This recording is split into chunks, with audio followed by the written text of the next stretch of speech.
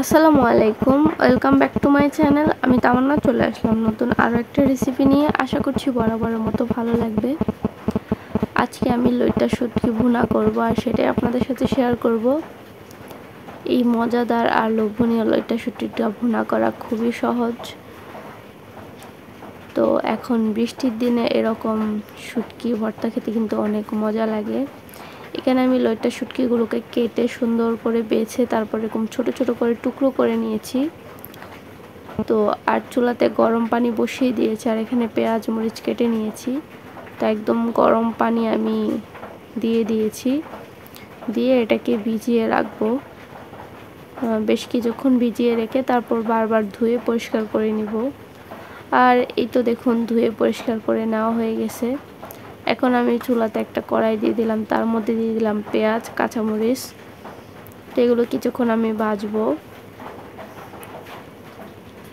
এই লইট্টা শুটকিটা খেতে এত মজা।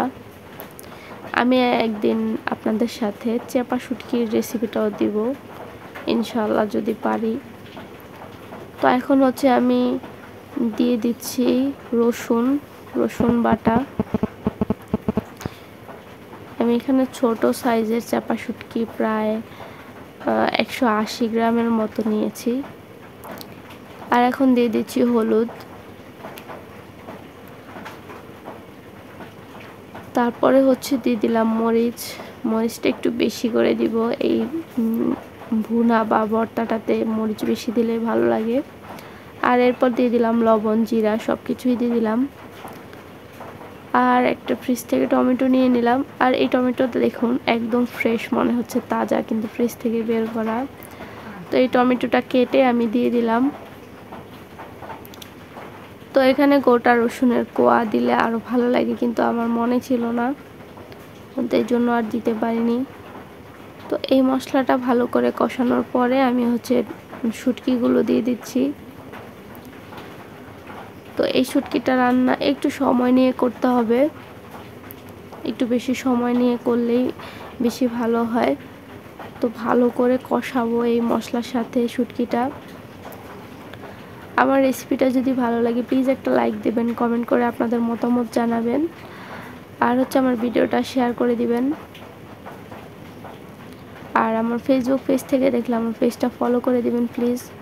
তো আবারও একবার ঝোল দিয়ে ওই পানিটা আমি শুকিয়ে ফেলেছি আর একটু কাঁচামরিচ দিয়ে দিয়েছি। কাঁচামরিচের কাঁচা যে ফ্লেভারটা ওটা ভালোই লাগে, দেখতেও সুন্দর লাগে। তো রান্নাটা আসলে এখানে যত সহজভাবে দেখানো হয়েছে, মানে স্বল্প সময় দেখানো হয়েছে, এত অল্প সময় লাগেনি, অনেক সময় লেগেছে। তো দেখুন মোটামুটি তেল উপরে উঠে এসেছে।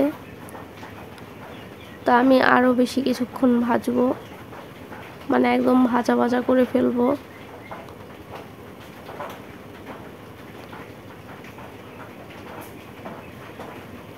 তো আরও কিছুক্ষণ নেড়ে এখন মোটামুটি হয়ে গেছে, আমি এখন উঠিয়ে ফেলবো। একটু ধনিয়া পাতা দিয়ে দিলাম। আর এই তো দেখুন তৈরি হয়ে গেল মজাদার আর খুবই লোভনীয় এই ভর্তাটা। বাটা মরিচ দিয়ে করলে কিন্তু আরও বেশি মজা হয়। তো এভাবে করলেও ভালো লাগে। তো আজকের রেসিপিটা এই পর্যন্ত। সবাই ভালো থাকবেন, সুস্থ থাকবেন। আল্লাহ হাফেজ, আসসালামু আলাইকুম।